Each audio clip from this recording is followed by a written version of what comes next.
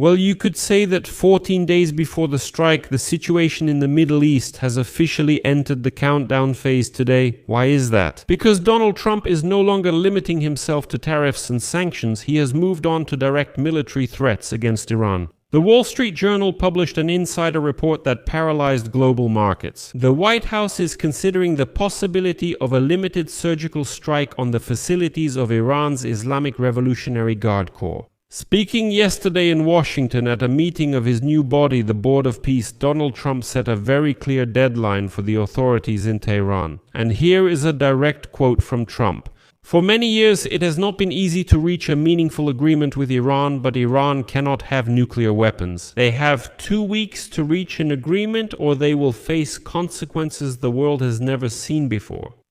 So, according to Columbia Broadcasting System News, the Pentagon has already completed the deployment of strike groups in the Middle East region. And right now, the largest carrier group since the United States invasion of Iraq in 2003 is concentrated in the Persian Gulf and the Arabian Sea, with the aircraft carriers Gerald Ford and Avram Liver deployed to the shores. And this is not just a show of force, as if we're just standing here. No, this is preparation for a scenario that the Pentagon calls coercion to a deal through destruction of capability. That's an official quote. We will break down point by point why Trump is confident that Iran will not respond with a major war, what is actually included in the secret list of targets, and why this strike could become either Trump's greatest triumph or the beginning of a global war in the Middle East. My name is Alexi Pichi. Let's discuss this topic together, but before we start, I ask you to subscribe to this channel, like the video, and leave your comment below. Also, subscribe to my Telegram channel, Pichi News. The link to it is in the description of this video. So, why did Trump's team say that it's necessary to strike Tehran surgically first instead of immediately starting a full-scale war? Well, let's dive into the logic of this plan. According to the Wall Street Journal, Trump was offered an option that excludes a ground invasion. We're talking about the massive use of Tomahawk cruise missiles and strikes by B-2 Spirit stealth bombers. The targets are divided into 3 tiers. The first is the uranium enrichment plants in Natanz and Fordo. The second is the launchers for Fatah and Khaybar ballistic missiles. And the third is logistics hubs. The Islamic Revolutionary Guard Corps, through which Iran supplies its proxy forces in the region. For example, Hamas, Hezbollah, or the Yemeni Houthis. Moreover, experts note that Trump is betting on the economic paralysis of Tehran. His strategy is not regime change, which, by the way, is what Israeli Prime Minister Netanyahu insists on, but to bring the Ayatollahs to a point where signing the nuclear deal becomes simply the only way for the regime to survive. Trump believes that Iran, deprived of oil exports to China, which, by the way, the United States has been blocking for about a month now, simply doesn't have the resources for a prolonged war. In other words, it's an attempt to strangle them as much as possible. But what does Tehran say in response to this? Iran's supreme leader Ali Khamenei has already made a statement that just sounds strange.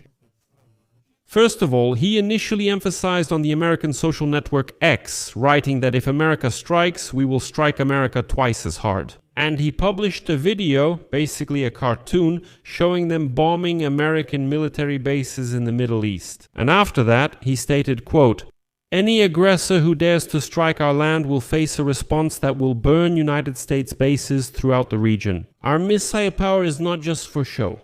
And now, according to The Guardian, United States intelligence is detecting the urgent movement of Iranian mobile launchers into densely populated areas and mountain tunnels. And now security analysts are warning that Trump is playing a rather dangerous game. A surgical strike is only possible if the opponent agrees not to respond.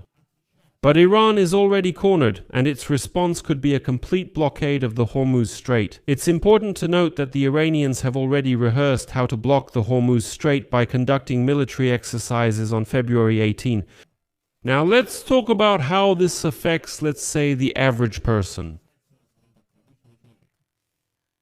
The fact is that right now everyone is closely watching oil prices. They've gone up, and any news about a strike instantly pushes Brent prices even higher.